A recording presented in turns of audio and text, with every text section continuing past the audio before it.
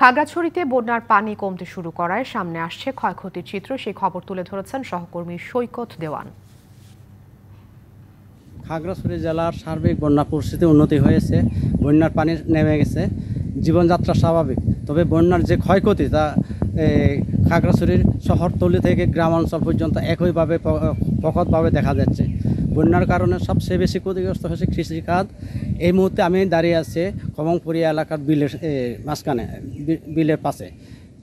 আপনারা আমার পিছনে দেখতেছেন, এই মুহূর্তে এই বিলটি সবুজ হওয়ার কথা, কিন্তু বন্যার কারণে বন্যায় পানিতে ডুবে থাকার কারণে এটা এখন বাদামি রূপ আকার ধারণ করেছে।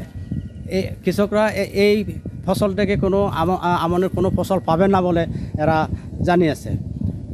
কৃষি বিভাগ সূত্রে জানা গেছে খাগড়াছড়ি জেলায় এবারের বন্যায় 2000 হেক্টরের অধিক জমি নষ্ট হয়েছে। এলজি সূত্রে জানা গেছে খাগড়াছড়ি জেলায় 107 কিলোমিটার গ্রামীণ সড়ক নষ্ট হয়েছে, 14টি কালভার্ট এবং 3টি সেতু নষ্ট হয়েছে। আর খাগড়াছড়ি জেলায় 2টি বড় নদী চেঙ্গি এবং মাইনির। এখন এই দুই নদীর তীরবর্তী ভাঙন শুরু হয়েছে। এই ভাঙন কখন যে শেষ হবে এটা কেউ জানতে পারতেছে না। খাগড়াছড়ি জেলার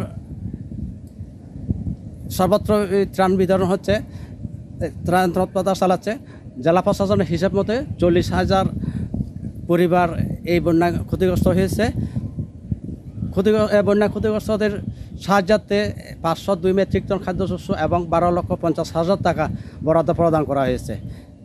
বন্যার্তদের সাহায্যার্থে বিভিন্ন ছাত্র সংগঠন, সামাজিক সংগঠন এবং সেনাবাহিনী ত্রাণ তৎপরতা চালিয়ে যাচ্ছে। এই ছিল খাগড়াছড়ির সর্বশেষ বন্যার খবর।